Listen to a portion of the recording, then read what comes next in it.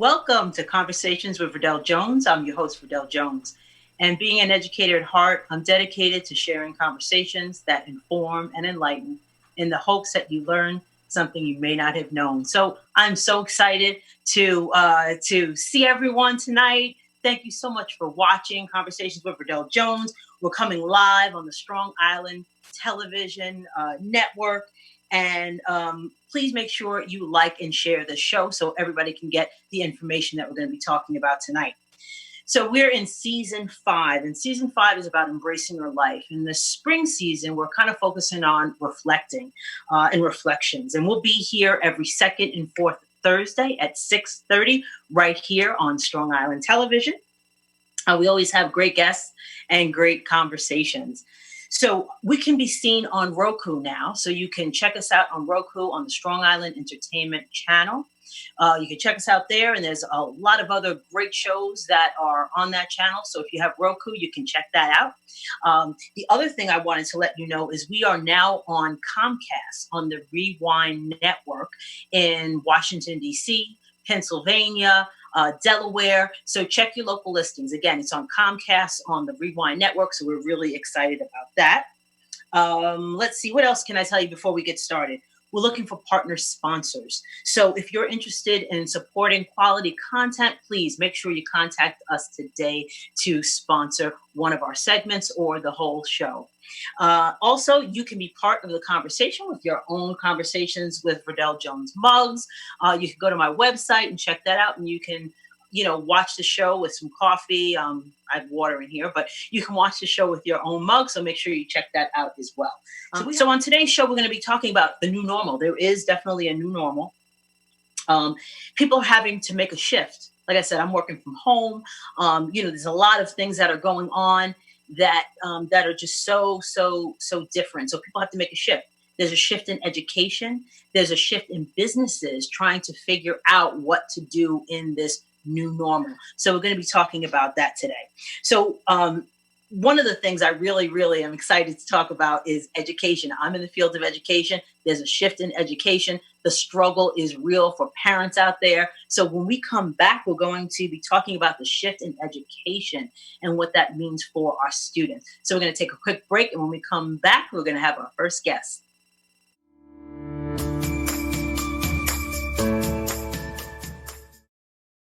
Yeah.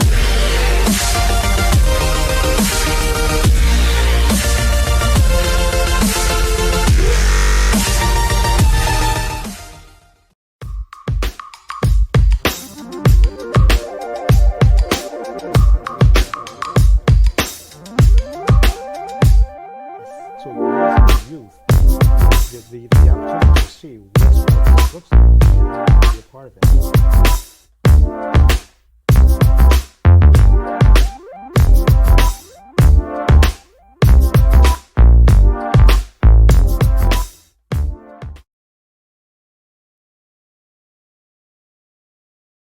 Thank you so much, and welcome to Conversations with Verdel Jones. I'm so happy to have you here.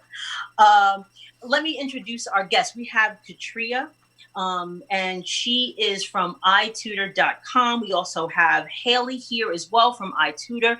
And again, I just want to thank you for coming to share some insights during this crazy time in our lives right now. I thought it was such a great idea just to have you on to, kind of talk to us a little bit about what's been happening in the field of education as it relates to, the new normal with COVID-19.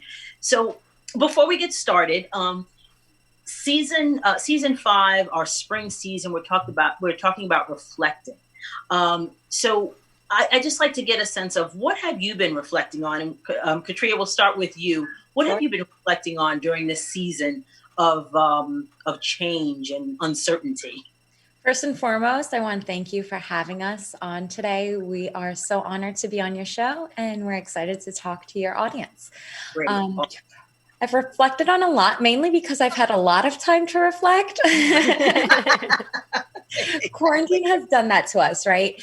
But I've mainly been reflecting on the push for e-learning and virtual distance learning and how it's so important to properly equip our 21st century learners to this online platform, so that in the case that something like this happens, or something such as school closures for winter related activities, our students know what to do.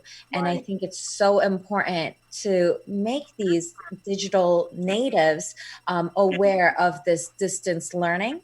And really, they're the ones that are going to pioneer this. So we really need them ready and equipped for this ever to happen again. Absolutely. Absolutely. So Hayley, I'll ask you the same question. What have you been kind of reflecting on during this season of uncertainty? Yeah, it's funny because our team talks about this a lot, just thinking back and bringing our own experiences to the table. And, I've been reflecting a lot on my time working in Harlem and the Bronx, and with populations of students for which school closure is a pretty dramatic and potentially very damaging, both intellectually and emotionally, but also on a very personal level for them. And so I've been thinking a lot about the communities that I've worked in, my former students, many of whom I talk to on a regular basis, but just what this means for them and how the impact for students in underserved communities, it really widens some of the disadvantages that they're already experienced due to a variety of factors. So that's kind of where my reflections are today. And obviously it ties into the work that we do because of access points and whatnot, but it's been a heavy thought process. Right. Yeah. And it's just, we're going to get into this a little bit, but, the shift that educators across this country and the world, really, the shift that we've had to make in such like a nanosecond. Right. Really fast. Right. Really, really fast has posed so many, different challenges. And iTutor was really ahead of the curve in providing this type of instruction. And that's why I thought it was so important to have you here to kind of help us unpack some of the things that we're experiencing. So if either one of you, if you can just explain what iTutor actually is and when you got started and, just explain some of that. Sure. So iTutor is live online instruction delivered by state certified teachers. We partner with school districts in providing this instructional support for schools. And we have helped a lot of students graduate. And as a company made up of mostly educators, we're so happy to see that so many students continue their education online, virtually, and graduate because of iTutor. Yeah. We have been in business since 2014. We started off with 2 schools, and fast forward to 2020, we are now nationwide, serving over 750 schools nationwide. I remember when you guys started. That is amazing. That's great. The potential for impact is pretty outstanding when you think of those numbers and the amount of children that impacts. It's incredible. Right. So how do you work with school districts, and you also work with colleges? How do you work with colleges and school districts? You mentioned the having students graduate. How does your company work with those entities?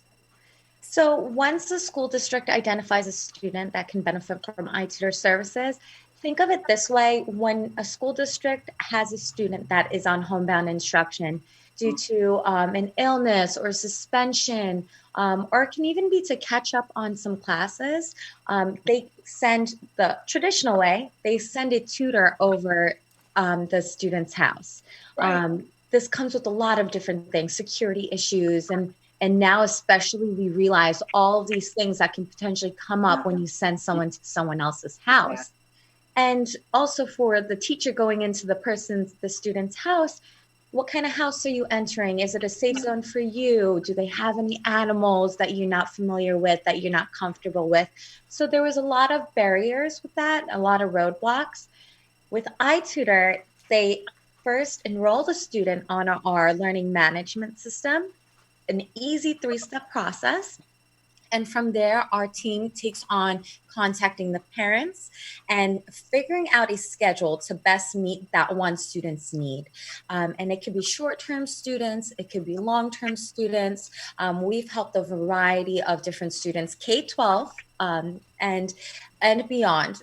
So when I say and beyond, these are colleges as well. So we have a separate grants team that deals with grant funding and all that. And we help a lot of students in different cohorts with their graduation and with their keeping up with their extra help and all that.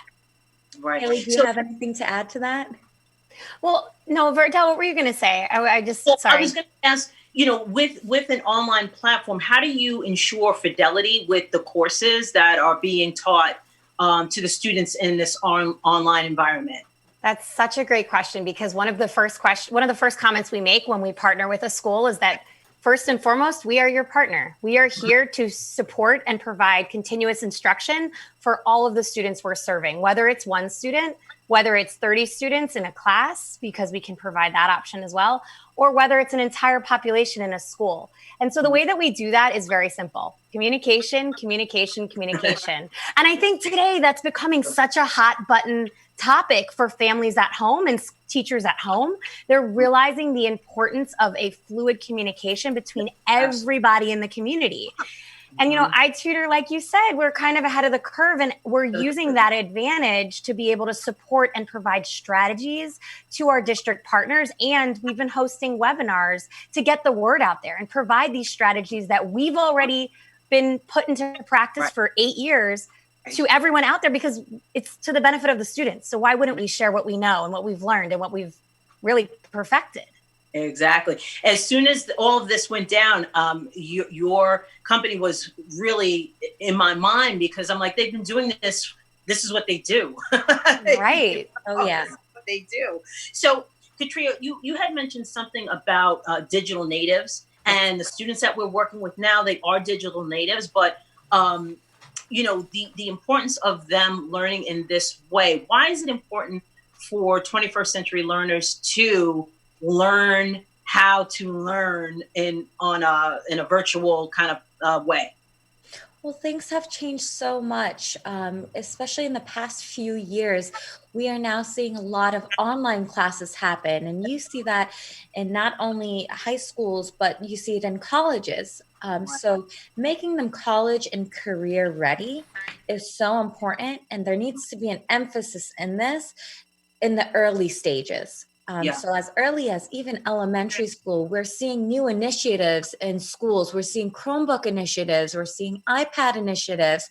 And it's so nice to see this, because it shows that we are forward thinking, and we are thinking in terms of the world changing nowadays and how much technology has impacted our education space, and how much we need these students of ours to be familiar with the technology inside and out. So that way, when it comes to them picking a career or picking a college, they know exactly what they want and how to maneuver it. Mm-hmm. And just go ahead. If I may, I just want to add to that, because I think that this idea of self-advocacy comes into huge consideration when you think about online learning, and especially the way people were thrust into it right now.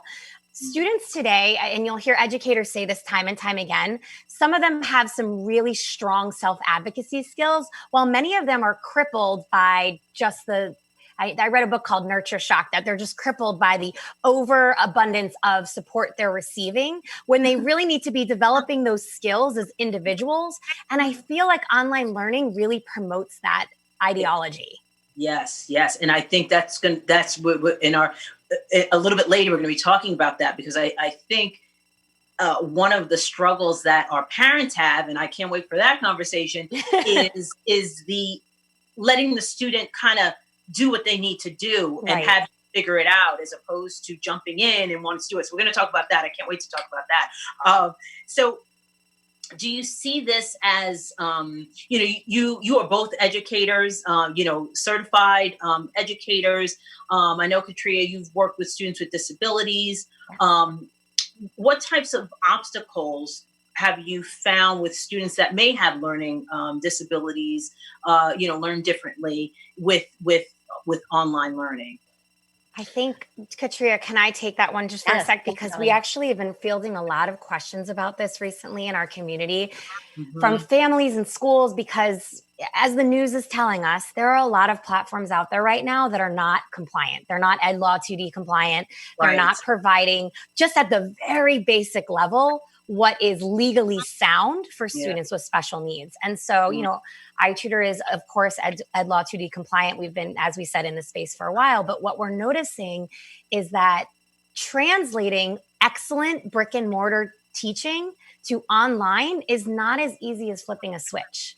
And so a lot of the professional development that we provide teachers and schools is really in our own community, in iTutor's own community, is how to make that happen, how to bring in the grow smarter aspect of it, how to bring in the visual components of learning for students with special needs, how to take mandates and accommodations and make them a reality in the online space, which it's all possible. It 100% possible, but it just takes thoughtfulness and consideration. And, Katria, I know you're a special educator and you're a teacher as well. And you've many times spoken up to that point. Exactly. Right. Yes.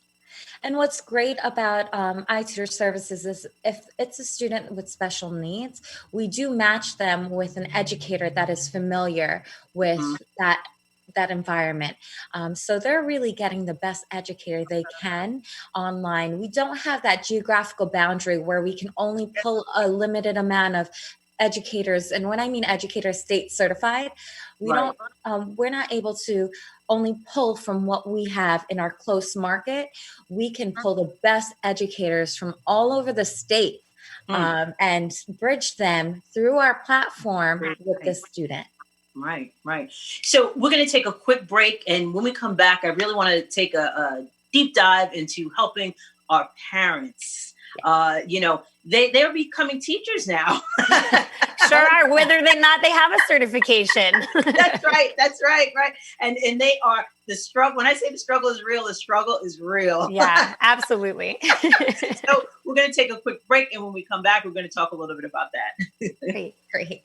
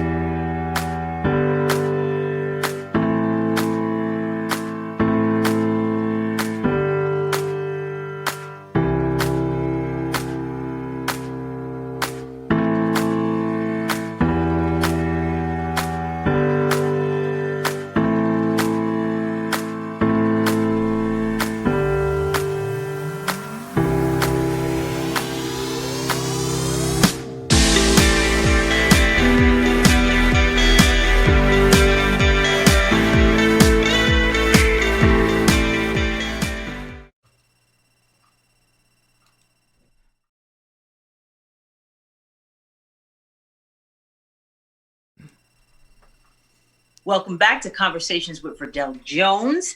As you see, we still have Katria and Hayley here.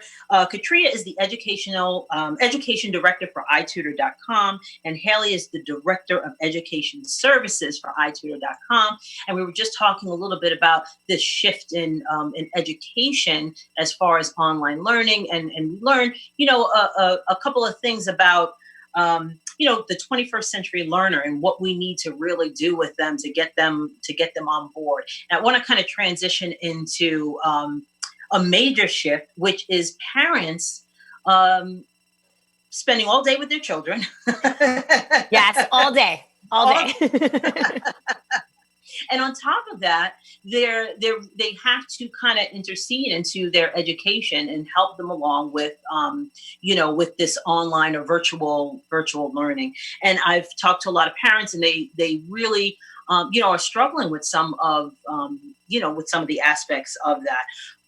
What do you think is the biggest? Well, the first thing is how is a virtual learning experience, online learning experience different from your chalk and talk kind of setting? And and how can we help parents understand that it's not the same, and teachers as well? Absolutely. So the first and foremost, that you have to get kids online, right? If they don't sign online, if they don't sign into the class or into the asynchronous message board, you've lost it. You don't have the opportunity to teach them. And in a school, if the kids get on the school bus in the morning, or if they get in the car with their parent or their family member and they get driven to where they need to be, they will arrive, and the learning through osmosis or some other process will happen. Right, exactly. It's that easy. I'm sure every educator would agree. But with online learning, you have to physically get the students into the platform and into the environment that the school is offering. Right. And I think that hurdle can be a challenge. And so, I mean, when I think about parents, I think about my friends, I think about my colleagues and our children. It's really important that people get comfortable with whatever that environment is first. Right. Because it's different. So you want to practice whatever the environment is when it's low stakes, when there's no deadlines, when there's no live face-to-face. If you have the opportunity, teachers need to feel comfortable, the students need to feel comfortable, and the parents. So getting that opportunity to practice, whether you have to advocate for that as a parent with your child or not, could be really huge. Yeah.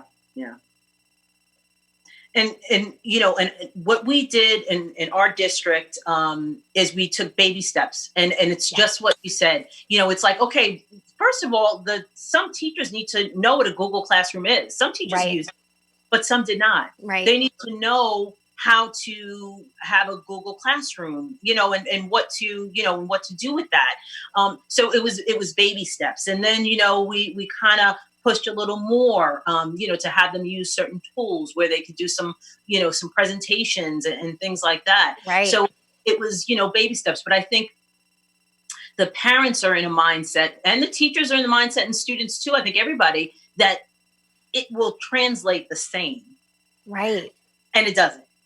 No, it doesn't. And part of that is that the brain works differently depending on the setting that you're in, whether you have social interactions. One of the reasons why I think a lot of families and schools gravitate to iTutor is because you can meet with the teacher face to face.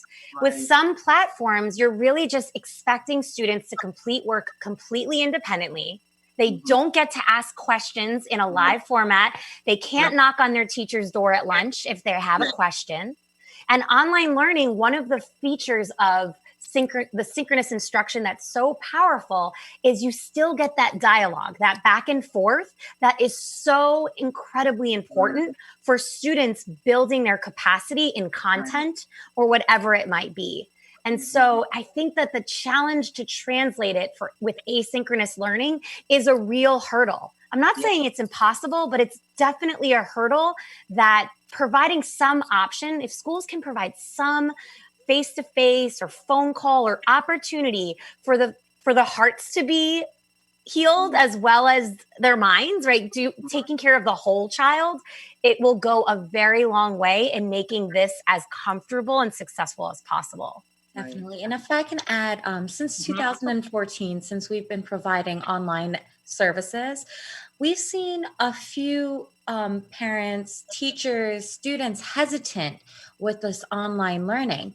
And, it makes it a little difficult for us to let the parents, let the administrative staff know that this is where our world is going to, and you have to be open to at least trying it. And when we do call our parents, call our families, we do let them know what our services are, and we bring a little awareness. We shed a little awareness of our services, so that way they know what to expect. And some parents, you'd be surprised, would be like, you know what, I don't like this. I want someone to physically be in my house and teach my child. I want to see that happening.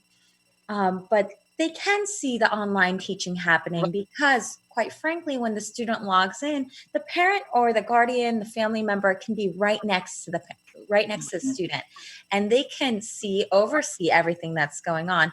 The only thing is that you cannot touch the person right next to you teaching you. Right, exactly. So now that we've shifted over to this distance learning, I feel like it has opened the minds of these people that have been in this old mindset of, I need someone next to me physically in order to learn something. Right. What are some strategies that families can incorporate in their daily routine? Because I've had some parents say, well, I have three students, Right. 3 different grade levels, one computer, or whatever it might be. Right. Access. Yeah. Right. Access. But, if in a perfect world, everybody has their devices and they can get on and all of that. What are some strategies that families can incorporate in their daily routine to help them navigate this? I think first and foremost, set a routine, right? Mhm. I think that seems so obvious, but a lot of families are forgetting that children thrive on routine and understanding the predictable schedule to anticipate. When you're in an elementary school, there's a reason why teachers move a schedule down the day to show kids, because they can't tell time. And as they get older, there's a reason why many schools have a bell ring in between periods. It helps them to anticipate what's coming next, because transitions can be challenging for children, especially students with special needs. So definitely start with routine. Create a space, right? A hospitable space for learning. If you do have a large family that's all set in the same space right now, try and carve out individual environments that are comfortable and, conducive to learning so that the student can focus. And then, of course, like give students the autonomy to, advocate for themselves, to participate in the learning, but then check in with them. And most importantly of all, and this is a big iTutor theme, celebrate successes, no matter how small. Because not every child is going to be I'm using a sports analogy and I don't even know sports, but they're not going to be at like the 40-yard line on day 2, right? Not every kid is there. So you have to really, if it is just turning on the camera for a live class and they wouldn't do that the day before, then celebrate it the day that they get online. If it's opening up the document and putting words on the page when the day before they refuse to even open the assignment, because kids are going to do that. There's a lot of anxiety today, Yes. much of which we have coping skills as adults to handle and students don't always have. Right. So celebrate wins, whether they have to be by putting up student work on the bulletin board of your house, which a teacher might do in the school, or talking about it as a family at the end of the day.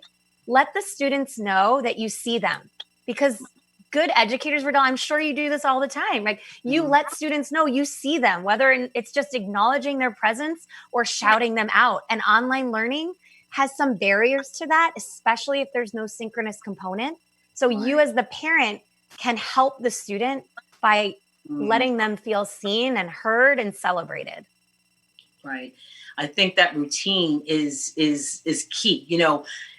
Carving out a space that makes so much sense. It's just, I think we have to have like a different just a different mindset. Absolutely. And this is not what we're used to. And parents are straddled with a lot of responsibilities now too. Many are trying to juggle working from home and manage their children, and it's a lot. Like as adults, we have a lot of weight on our shoulders right now. So I know this sounds like a little much, but I also have been telling all of our partners, like, give yourself grace. Like, recognize that while we can't expect the children to learn it in a minute, it takes time for us to adjust as well. And to recognize that if you're doing the best you can, that's the best you can do. And that's amazing. Right. Yeah. And teachers are, by nature, I think, perfectionists. Oh, yes. So the teachers are very overwhelmed. And that's another thing that I, try to, share with parents, that we are all in this. You hear all the time, all in this together. We really are. So there's a level of stress that we all feel. Sure. And people just need to understand that everybody is feeling, that anxiety or, I can't get this perfect, but it's okay. And I think people need to, breathe a little bit, and sit in it a little bit. It sounds like your school community is really lucky to have a leader like that, because that's so important. I'm sorry, Katria, I didn't mean to cut you off. Okay. I was just going to briefly say that learning curve also is there for a lot of these educators to get familiar with these Google Classrooms or Zoom classrooms. they didn't have enough time. And as you mentioned before, everything moves so quickly that they didn't have time to practice this during a school day or practice this during their entire classroom, having them log in, having them log out. So there is a learning curve. And as we work together to get over it, it'll only get easier as time goes by. It will. It definitely will. Is there a way for parents to kind of make sure that their students are doing what they need to do within this virtual learning space? Are there any tips or strategies? I know it might depend, it depends on the parent, of course, but what are some things that they can kind of look at to see that, their child is doing what they need to do? I think it really depends on the school. And like you said, the platforms they're using. Many schools are rolling out parent portals for them to log in and access information. Okay. For schools that aren't providing that option, I mean, parents can advocate as well. Is there some way to provide that for us? Can we have office hours with the teachers maybe every other week or every month without overburdening? But then at the end of the day, a lot of this is going to come from conversing with your child. And, you can't create a perfect relationship between parent and child overnight, especially in the midst of a crisis. But it is about, I'm here if you need help. I'm here to support you. Are there any assignments that are particularly tricky for you right now? Are there any that feel really great, like you totally nailed it? And I think that opening that dialogue in a low stakes way without a lot of pressure is bound to get results, so parents can get more of a glimpse. Some platforms have a lot of openness where you can see right into the window of what's happening with students, and that's ideal, of course, but not all do. And speaking to the iTutor platform, one of the many benefits that are tied into using iTutor is the classes are recorded. So if a student can go back and replay any class that they've had in the past. The parent can go back and replay any class that their child has had in the past. And that repetition could be so important for a lot of students, whether it be studying for an exam that they have up and coming, or if it's, I didn't quite get something, let me go back and replay so I can watch it again and kind of grasp it a second time or third time around. And that's a question that parents can also, like you were saying, parents can reach out to the teacher too and say, hey, does this happen? It might not, but that's a question that they can definitely ask. Absolutely. They also might want to be asking if the grading system is different for the last quarter. Has the school adjusted its grading policy? Because many have, to really acknowledge the fact that this is different and there are constraints on time. And I think that's a really important question they can ask or have the student ask so that they could be familiar with where's the goal line. Again, going back to that sports analogy I should not be making, like where is the goal line? And if I want to make it there, what do I need to do? What are the criteria for success so that I could be successful in this class? So does iTutor provide any individualized counseling? Do you just work with districts or can you work with individuals? How does that work? We do work with school districts. If a school district does recommend a personal family that needs the support, we'd be more than happy to reach out to that family and support in any which way that we can. But our primary focus has been working with school districts and partnering with school districts. And the school districts really identify what students will benefit from iTutor services. Okay. So how can people reach out to you if they have any questions about anything that we discussed? Is there a way for them to contact you?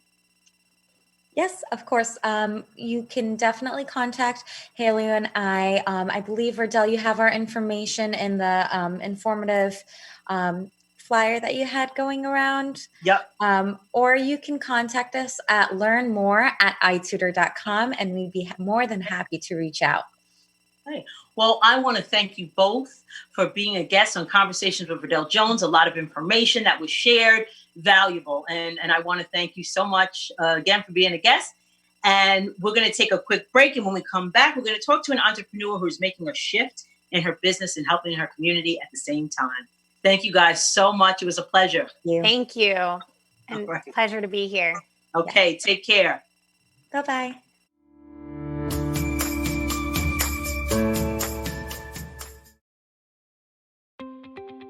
Looking for a way to promote yourself or business? Do you need a quick and easy way for your clients or audience to see what you're about?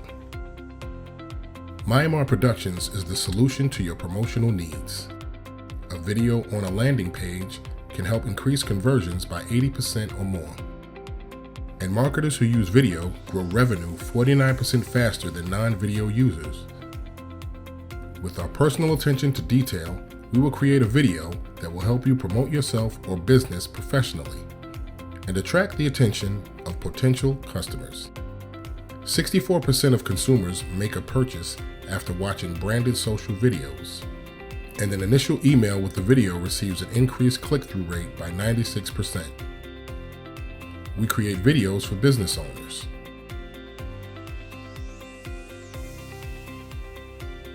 authors, speakers, and more.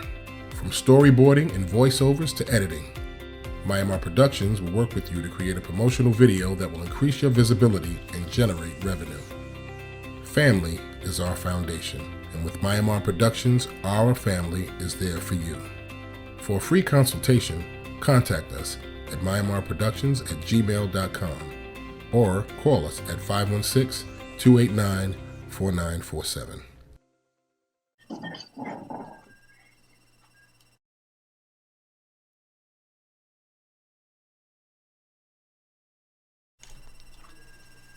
Welcome back to Conversations with Verdel Jones. As you see, I have my next guest here, Margarita Clarke. She is the CEO and founder of Rydz. So welcome to the show.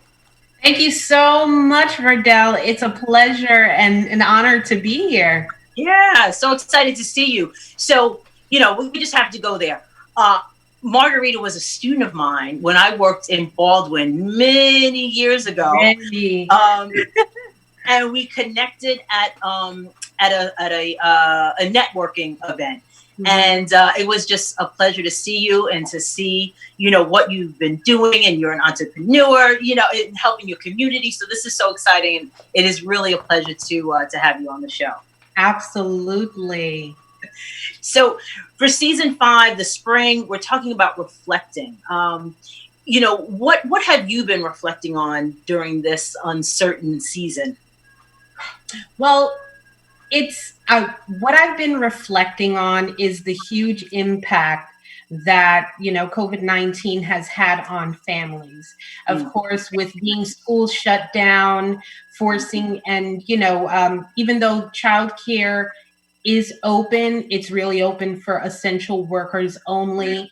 So it does force parents to stay home. Let's say, for instance, even if their job didn't offer remote work, I have found that there are some parents that just had to say, listen, I have no care for my kids due to school being shut down and so forth. So, this pandemic has made a huge effect on families, on communities, on society on a whole. So reflecting is something that I look into when in terms of talking about what can we do going forward.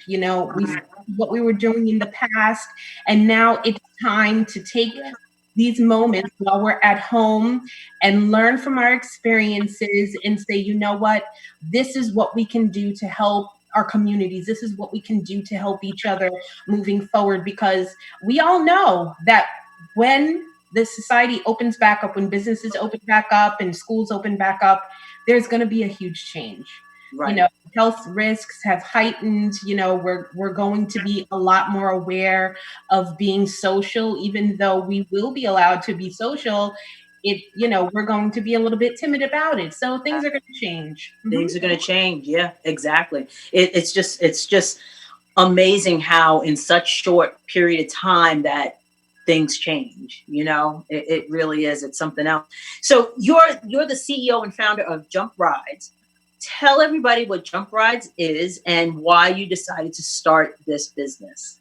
Absolutely. So Rydz is rideshare for kids. It's actually the first and right now the only rideshare for kids in Long Island. Love it. And I can say that proudly as a Long Islander. How the company started about was I've been in childcare for, over 10 years. And in working with my community childcare program, it was an after-school program. I had a lot of parents that would call me and say, hey, I'm running late, I'm on the train or what have you. Can you drop off my little one at home? Can you drop him to karate, whatever? So I started doing favors saying, hey, yeah, no problem. Most of them live, in and around Baldwin. And then as, those favors started to become a little bit tumultuous. And I said, what? Yeah, maybe I should just go ahead and start this as a business. But besides the fact of making money with it, what was important to me was being able to help out my community, because I looked at it twofold. If we can make sure that the parents are assisted so they can continue to work and provide for their families, and then second of all, these kids need to get to enriching programs even beyond school, after school programs, reading programs. A lot of them are taking extracurriculars to further their education at an early age. So that's really where it all stems from. Right. Now, did you always want to be a business owner? I did. I did. It's in my blood. My dad was a business owner right here in Baldwin. So yeah, definitely. You had that entrepreneurial bug. That's right. That entrepreneurial spirit. Absolutely. So with Jump Rides, you mentioned a couple of things, that you do as far as ride share for children. But what are some other services, and what area do you, work in? Well, that's a great question that you're asking. Currently, we service Nassau County, more of the Southwest Nassau area, around Baldwin, Oceanside, those areas. However, we are working on expansion. We have a campaign going on so that we can service all of Long Island. We also have a big calling, a lot of demand, I would say, for the Queens area. I guess a lot of folks have heard and said, I need you to pick up my kids. I have one Queens customer that says, I need you to pick up my kids. So that's where we are servicing right now.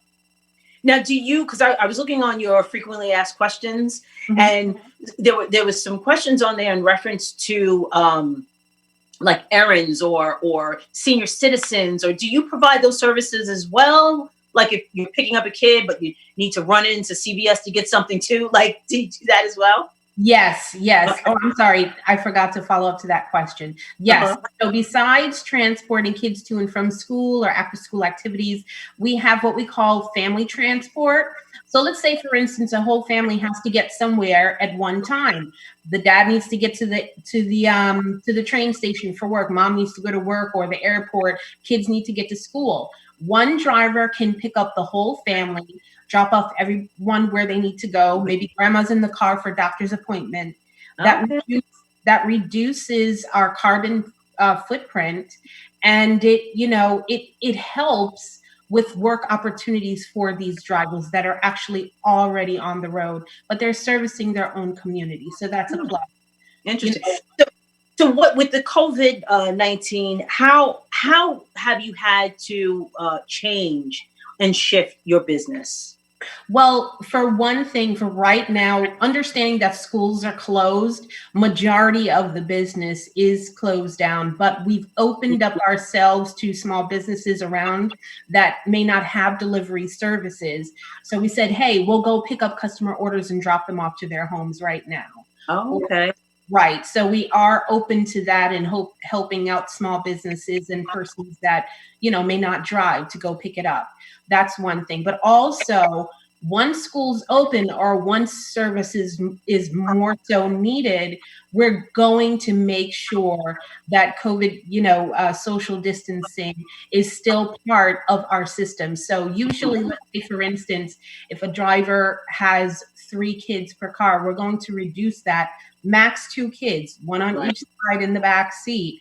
With precaution with gloves and masks and everything. So we're letting the parents know we're going to continue to provide COVID safe transport, because rather than putting your child on a school bus with 20 or 50 kids, that may be something that you're not ready for.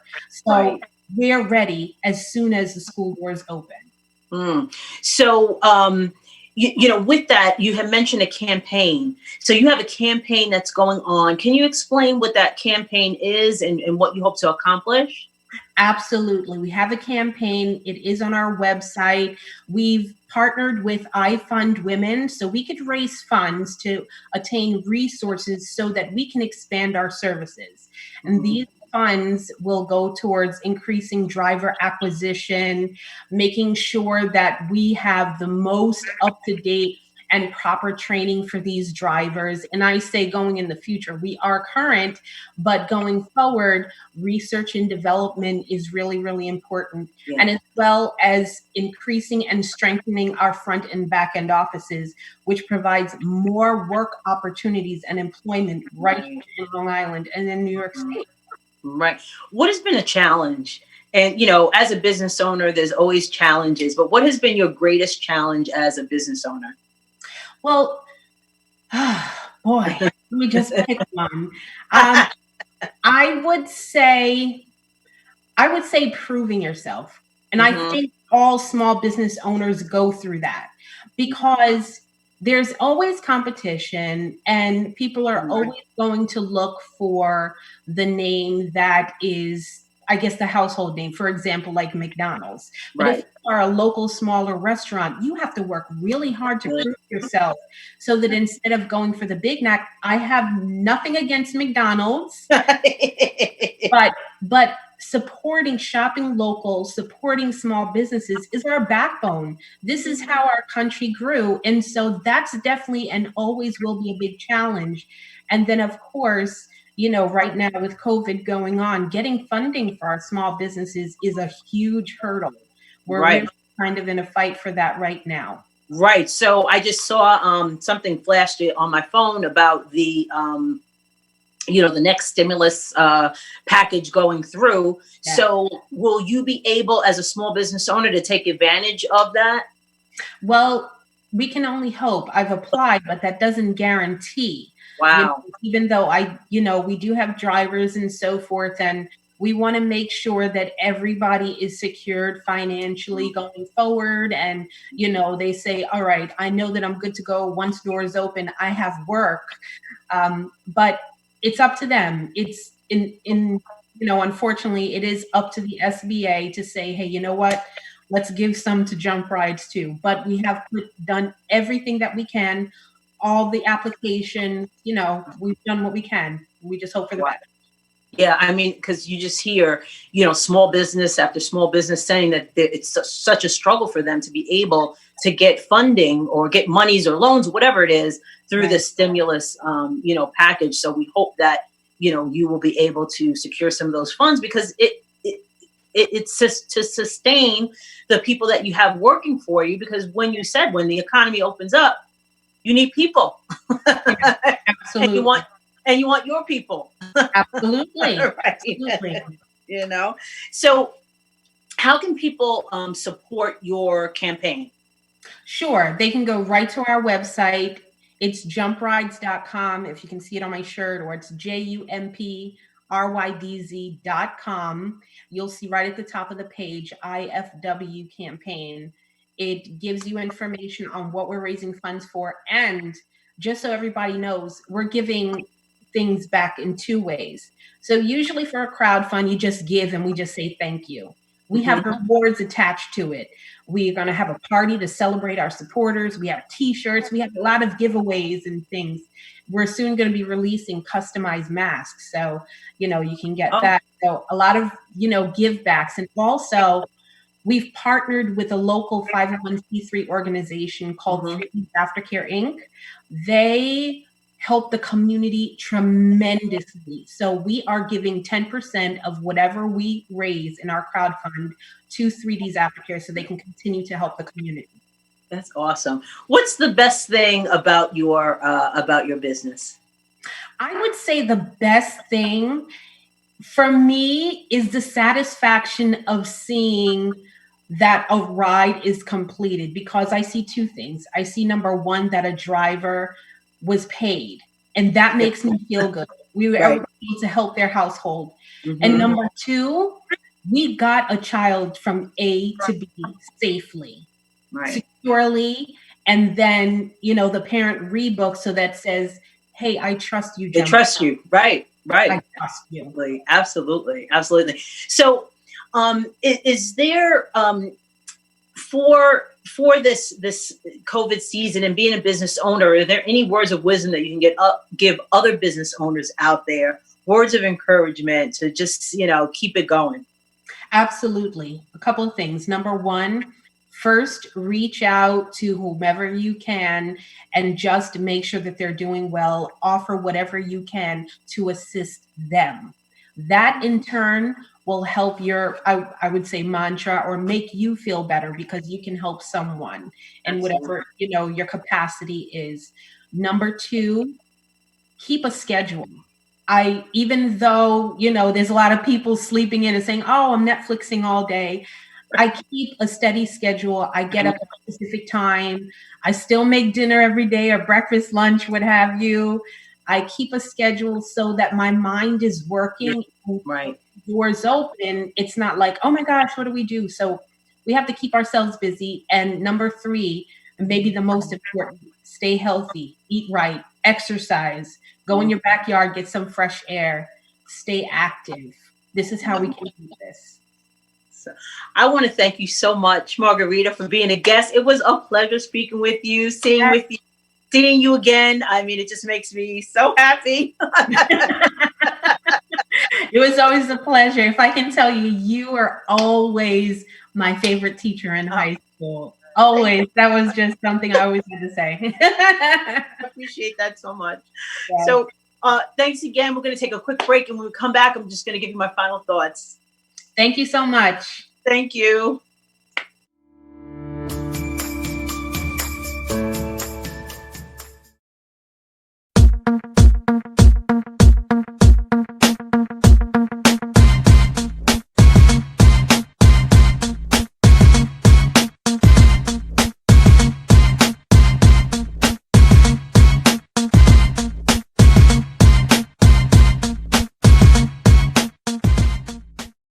Hello, my name is Maya Jones, and I am the editor-in-chief and founder of Shades of Long Island.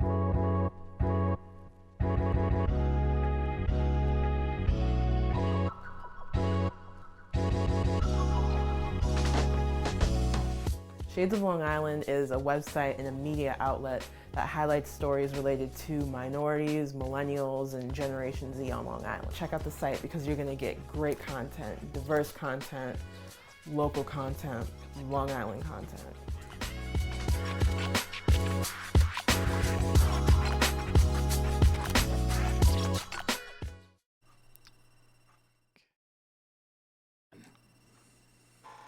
Thank you so much for watching Conversations with Verdel Jones. We had some great conversations today. I just want to make sure that you have the information for our guests. We had representatives from iTutor. We had Katria Karimzada. She's the education director at iTutor.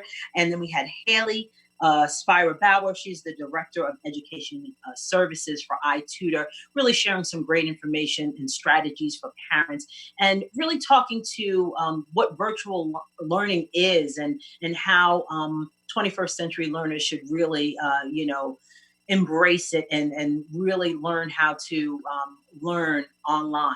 We also had the pleasure of having Margarita Clarke here. She is the CEO and owner of Rydz, helping her community. So make sure you check out, her information is there as well. Again, I just want to thank everybody for watching Conversations with Verdel Jones. Be safe and be well, and have a great night.